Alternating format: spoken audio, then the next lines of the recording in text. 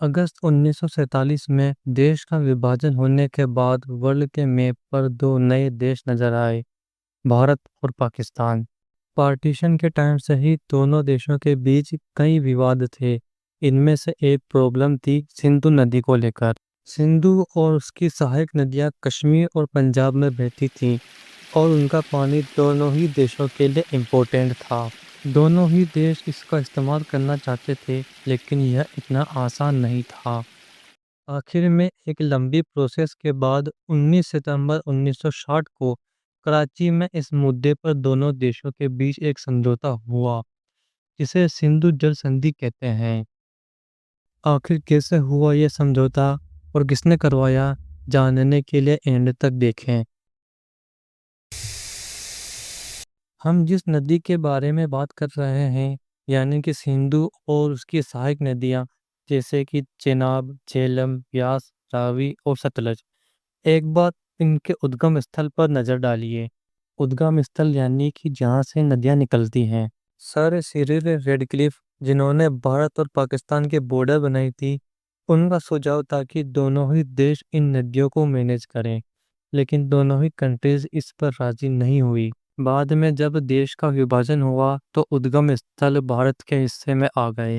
अब पाकिस्तान को डर था कि भारत इन नदियों पर कंट्रोल कर लेगा तो उसके हिस्से में पानी नहीं आएगा। 4 मई 1948 को भारत और पाकिस्तान के बीच एक समझौता होता है, जिसे इंटर डोमिनियन अकॉर्ड कहा जाता है। इस समझौते के मुताबिक भारत पाकिस्तान की नहरों में पानी छोड़ेगा और उसके बदले में पाकिस्तान हर साल भारत को पेमेंट देगा। हालांकि यह समझौता टेम्परेरी था, परमानेंट नहीं था। पाकिस्तान इस मामले को इंटरनेशनल कोर्ट में लेकर जाना चाहता था, लेकिन भारत चाहता था कि दोनों ही देश मिलकर इसे सुलझाएं। 1951 में डेविड लिली एंथल भारत और पाकिस्तान विजिट करते हैं। यह टेनेसी वैली अथॉरिटी और यूएस एटॉमिक एनर्जी कमीशन के अध्यक्ष रह चुके थे। इन्होंने महसूस किया कि भारत और पाकिस्तान के बीच गंभीर तनाव है और इसे आसानी से सोल्व नहीं किया जा सकता। लिली एंथल ने सुझाव दिया कि भारत और पाकिस्तान इंडस रिवर सिस्टम को चलाने और इसे डेवलप करने के लिए मिलकर काम करें। लिली एंथल ने इस मामले में वर्ल्ड बैंक को मध्यस्थता करने के लिए कहा। वर्ल्ड बैंक और पाकिस्तान इसके लिए रेडी हो गए, लेकिन भारत इस मैटर में किसी भी थर्ड पार्टी को इन्वॉल्व नहीं करना चाहता था। लेकिन बाद में इंडिया रेडी हो गया, क्योंकि वर्ल्ड बैंक ने कहा कि वह सिर्फ समझौता कराने में मदद करेगा, न कि किसी का पक्ष लेगा। यूजिन रॉबर्ट ब्लेक, जो उस समय वर्ल्ड बैंक के प्रेसिडेंट थे, इन्होंने एक वर्किंग पार्टी बनाने का प्रस्ताव रखा, जिसमें इंडिया, पाकिस्तान और वर्ल्ड बैंक के इंजीनियर्स होंगे। पाकिस्तान की मांग थी कि सिंधु और उसकी सहायक नदियों पर उसका पुराना हक है, लेकिन भारत का कहना था कि पहले जैसे पानी बढ़ता था वैसे भी आगे ही बढ़े, यह जरूरी नहीं है।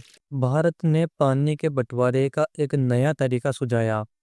पश्चिमी नदियां पाकिस्तान को मिले और पूर्वी नदियां भारत को। 1954 में वर्ल्ड बैंक ने एक प्रस्ताव रखा, जिसमें पूर्वी नदियां भारत को और पश्चिमी नदियां पाकिस्तान को देने के लिए कहा गया। यह करीब करीब भारत के प्रस्ताव जैसा ही था। साथ ही यह भी डिसाइड किया गया कि पश्चिमी नदियों पर नहरें और बांध बनाकर पाकिस्तान की तरफ मोड़ दिया जाए, ताकि पूर्वी नदियों का पानी न मिलने के कारण पाकिस्तान को जो कमी हुई है उसे पूरा किया जा सके। इस प्रस्ताव से भारत तो राजी था, मगर पाकिस्तान नहीं। उसने वर्किंग पार्टी छोड़ने की धमकी दी।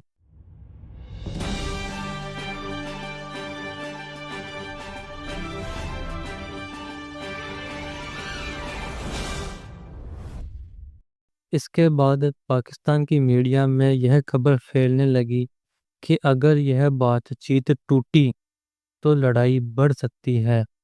पाकिस्तान सरकार भारत से लड़ने के लिए तैयार नहीं थी, इसलिए उसे फिर से बातचीत के लिए तैयार होना पड़ा।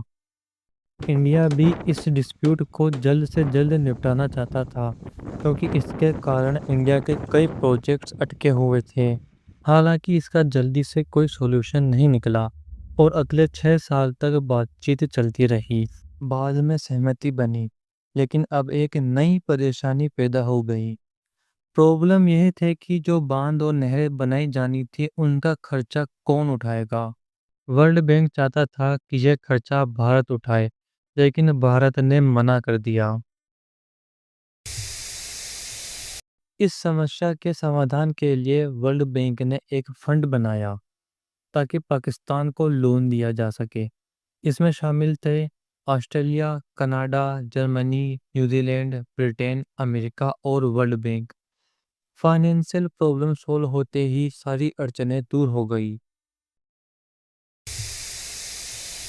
19 सितंबर 1960 को कराची में भारत के प्रधानमंत्री पंडित जवाहरलाल नेहरू और पाकिस्तान के राष्ट्रपति अयूब खान ने साइन किए।